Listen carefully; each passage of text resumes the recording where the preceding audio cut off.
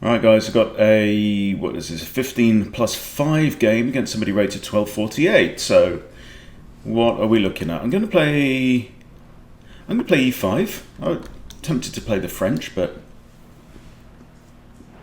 only 200 points higher rated than my opponent, so let's mix things up a bit. Okay, normal. Knight to f3, knight to c6. They're Spanish. Okay, let's kick the bishop. Okay, I'm not going to kick a second time. So right now, you'll notice here the knight is attacking this pawn. It's currently defended by this knight, but white is attacking that knight, which is the defender of this pawn. This is the whole point of the Relopez. So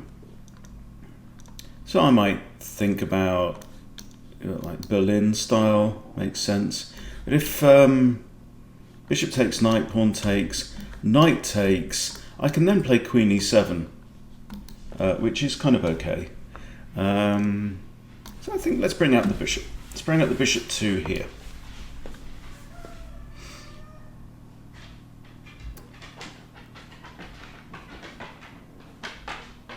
So I'm not too worried. If he wants to give up his bishop, he's already invested 2 moves into that bishop. 1, 2. If he captures there, that's move 3. And then I take with my pawn. And he's got really nothing to show for all those moves, all those turns. He's made 4 moves so far, and 2 of them have been this guy. So I think he's better off just leaving that bishop where it is for now. But he's having a think. His name is Cooling Expert. He's from France, so...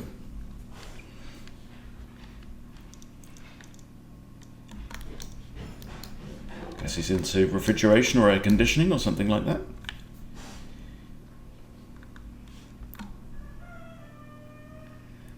So apparently this is the Morphy defense. Okay, so that's the Morphy defense when you kick the bishop. Columbus variation. Deferred classical. The Relopez has lots of theory. Okay, so what's he going to do? What's he going to do now? Can't take that because he loses his knight. If he takes my knight, I'll take with the queen's bishop, queen's pawn. Still got too many cockerels out there. And my door's open as well. Well, he's having a really good think now.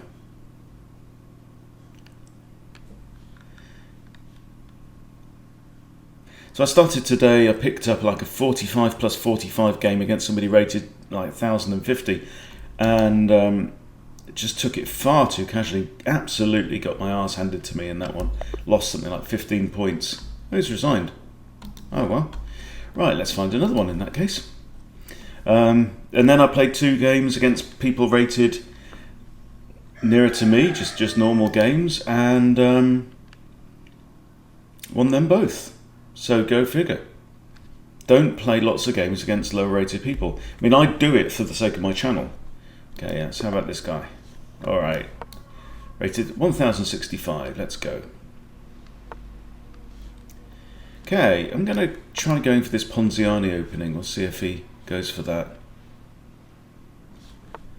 So the Ponziani is now c3.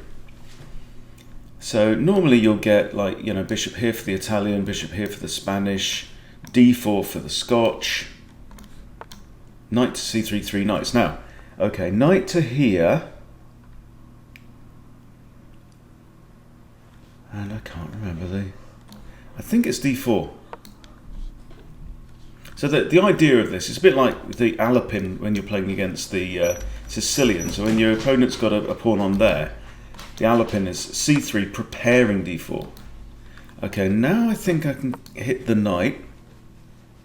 Kind of making this up as I go along. So I haven't memorized the theory, I really trained this at this point. And he can't take because it's defended by my knight. So it's a bit kind of Halloween Gambit like. What are you going to do? Okay, and now, so now he's got 2 pieces looking at that, right? I think I can just take Take and solidify the centre. That looks pretty good. Now he's not going to take that pawn with either knight, and I do have a discovery by my queen here.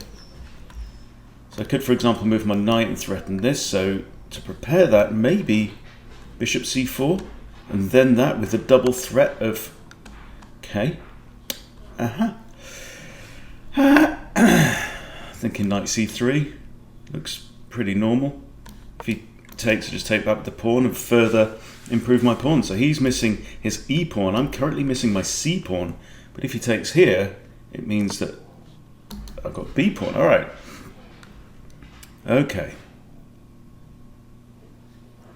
Fairly decent position so far. Right, we're down a pawn each, but I have the only central pawns.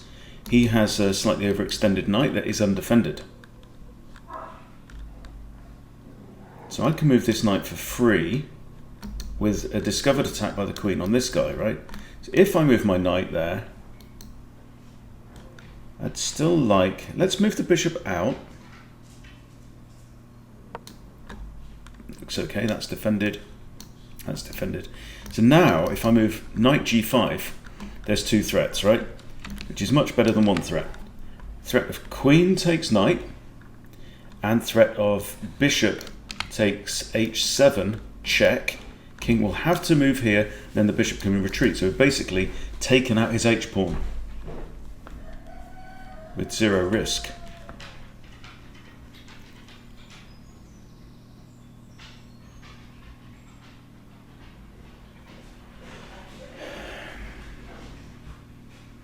My opponent's username is La Gran Esperanza Blanca, which I think stands for the Great White Hope. Alright, so he's missed that. He's missed that idea. So now I'm going to go ahead with this. Okay, so he's got to spot two things. Threat of that and threat of bishop takes there. Bishop takes, I think, is much better than knight takes.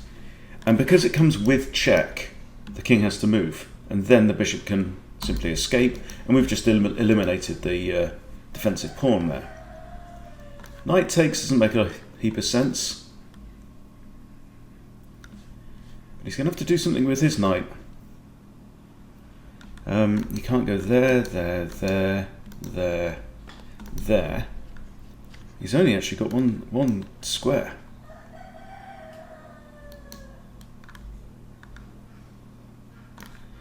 So if knight is going to go back there, take the bishop, king moves, bishop retreats. Just wondering if there's a... No, that's interesting. Now that's more interesting. Okay. So we have... I can't take with the pawn because the pawn's pinned. Interesting. I can take that. King will have to move. Then I could drop my bishop back to here and attack the rook. That might be quite good. And I'm still attacking this, right? So let's think this through. There, let's say king goes f8, right? Bishop back to here hitting the rook. Rook moves, I get the knight.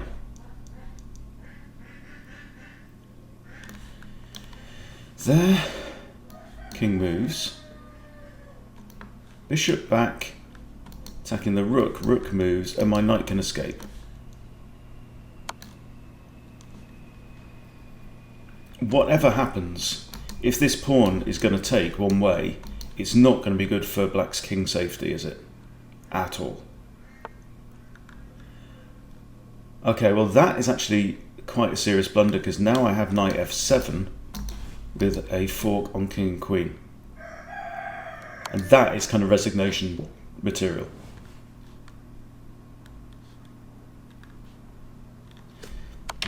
So you should have moved the king to here, preventing this knight move. Okay, let's grab the queen. I'm also now attacking the knight. So if he takes my knight, I take his.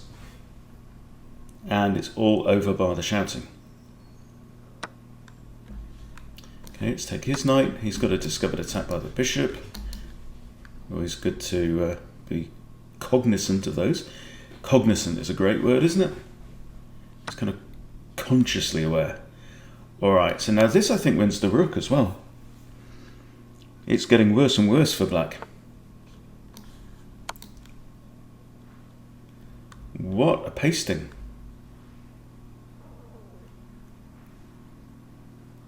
Not very nice at all. Okay, I can simply grab the knight now. This is just horrible. Okay. So now check here with the fork on this pawn.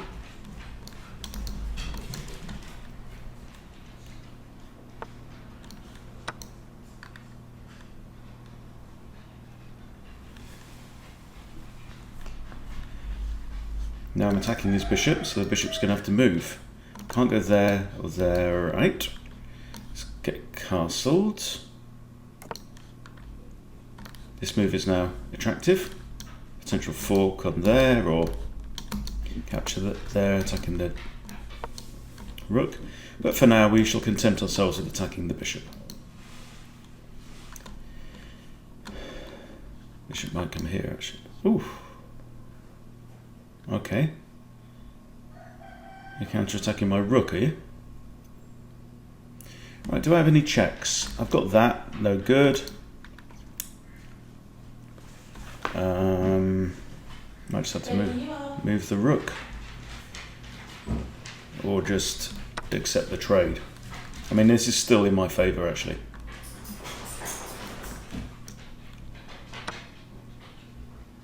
Okay, so now I'm actually going to save my knight. Now he has to save his bishop, because my knight's got ideas. I've got a pawn there I can take. It's a totally winning position. It's good practice to train winning positions. It's harder than it sounds. Okay, that's interesting. So we've saved that. Now, I have a check. King's almost certainly going to come here and attack the knight. But then I might have a... no, there's no forks. Alright, so now I can check, and that actually wins the bishop. Oh no, checkmate, there you go. Look at me. I really need to get better at spotting checkmates. I mean, I didn't even know that was checkmate, but of course, knight's covering those two squares. Very elegant. Okay, so there you go. A couple of nice little wins. Let's do a quick analysis of this one. Ponziani. Knight out, d4. Really striking out for the centre early on. And instead of simply recapturing the pawn, this feels very familiar. It feels like it's almost the Vienna, you know. And now the knight moving to there is peculiar. So now I've got nice centre. Pointless check just invites me to develop. And now bishop out. So you can see what I'm doing here. Instead of simply going for the one-dimensional, if I move my knight, there's a discovery on that knight, right? I want to move my knight with another threat. So that's the point of bishop d3. So I'm preparing a double threat. Rook comes here, he doesn't see it. Knight comes out, threatening two things now. That, or more likely bishop takes, and I'm threatening queen takes there. So he counterattacks the knight. I throw in the check anyway. And this is simply a blunder, right? He has two moves, two legal moves. King moves there or king moves there. You should calculate both of them. If king moves here, what has my opponent got? Oh no, he's got knight f7 with a royal fork. That's not a good idea. If king moves here, what have I got? You know, what's my opponent going to do? Well, he has to save his knight, and he can't capture the pawn because this pawn's still pinned. Far, far better. Yeah, I guess I could have had queen takes, knight, pawn takes. I mean, it's still not fantastic, and then castles. But yeah, that was the blunder. When you've only got two legal moves on the board, right? You shouldn't make that one. You know, he's got literally only two options, and he chose the worst. So, but that's what you get. You know, that's what we're talking about. Blunders around this 1,000 mark, below 1,000. Everything is decided by blunders. So the only thing you really need at this point. Yeah, I mean, it's great to do puzzles, it's great to study your endgames, it's great to know a couple of openings, but the mental discipline of cutting out the blunders will deliver far more than any of that. So what you need is, you need the checklist. That's really it. You know, why did my opponent make that move? What's changed? Is my king safe? All of this stuff. So I think it would make sense actually to start working through some games, maybe take them a bit slower, and really start to drill in this checklist, because honestly, guys, it will get you so much further than I think any other training that you can do for chess right now. So I think we should do that. I think we should now go through a bunch of games and just really do a deep dive. I've got a slightly modified now 10-step checklist. Let's start to implement that over the next few weeks, because it'll catapult you really forward. Okay, so there you go. In this instance, you know, I think the first clue should have been, well, why did my opponent make that move? Yeah, too many beginners simply ignore what their opponent does. Okay, but is that an idea? This bishop takes on there. Well, no, because king can simply capture. But you know, so I think my opponent just probably didn't spot this potential discovered attack on an undefended piece. So that's one of the first things. You know, what's undefended on the board? Well, that's undefended, right? And then after I played this move, and maybe it's asking too much if somebody rated 1050 or so, but you know, it's there. It's there to be seen. But unless you ask, what's the point of that? So now, when you describe what's changed, right? What's changed is, okay, the bishop's no longer defending that pawn. The bishop is now on this diagonal. Okay, so what do we need to think about the bishop on that diagonal? Okay, well, the queen could come behind the bishop and grab h7, but there's also this. And then if you can spot what, you know, will my opponent play that move? Aha! It comes with two problems, yeah? So maybe that's more kind of 1400 thinking than 1000 thinking. But it's the same approach, the very same approach, the very same 10-step checklist will help you whether you're 400 or 1400. So we'll dive into that in the upcoming videos. But other than that, thanks for watching and see you later.